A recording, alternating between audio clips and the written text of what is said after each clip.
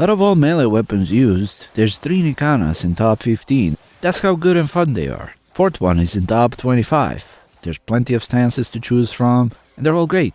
There's good output, forced procs, and of course, style that comes with it. They're just so elegant that even if you're not using a melee weapon, NIKANAs are probably the best option to go to with whatever fashion frame you got going on. Syam is no different.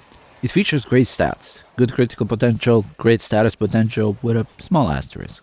Because slash and puncture are about the same, which means there will be less bleeding unless we do something about it with the mods we have at our disposal.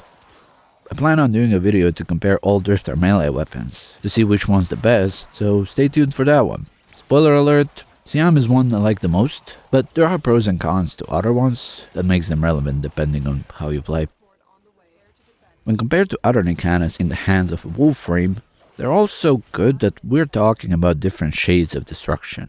Certainly all enemies will feel 50 shades of rapid at scheduled disassembly. In terms of obtaining it, this is not that big of a deal. No need to fight the steel pad danger noodle in duviri, regular one drops resource you need to buy the blueprint, which is probably where this weapon may gain a lot of users. Rim battle can be done relatively easily even by newbies, and this weapon for early game is quite broken. We're out here comparing it in steel pad scenarios, but for new players who choose to start this game from duviri, this would be a game changer for a lot of strugglesome missions.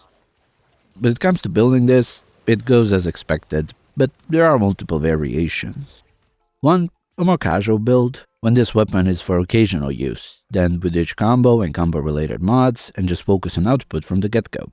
Some slash always helps. With more intense use, we will add combo mods, but if we put in viral, then we've got no room for slash, at least not without adding attack speed on warframe. This still works great because NIKANA stances for slash anyway, but if you want to slash only, then viral goes out, and we add more critical damage, because that affects the bleed.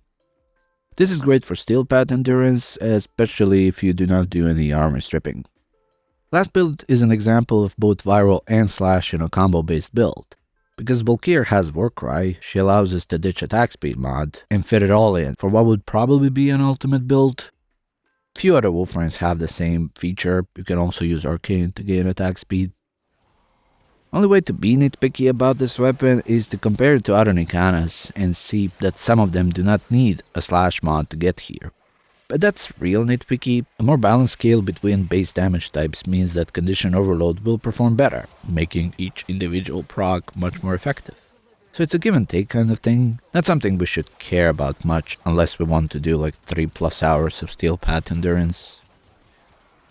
With such low disposition as almost all weapons have on release, there isn't much use from Rivens. Probably best case scenario is getting Toxin and Cold on a Riven to buy yourself a mod slot. But I expect disposition for this to be close to average. Time will tell. Thank you for watching. Like, comment, and subscribe to help the algorithm, and I'll see you in the next one.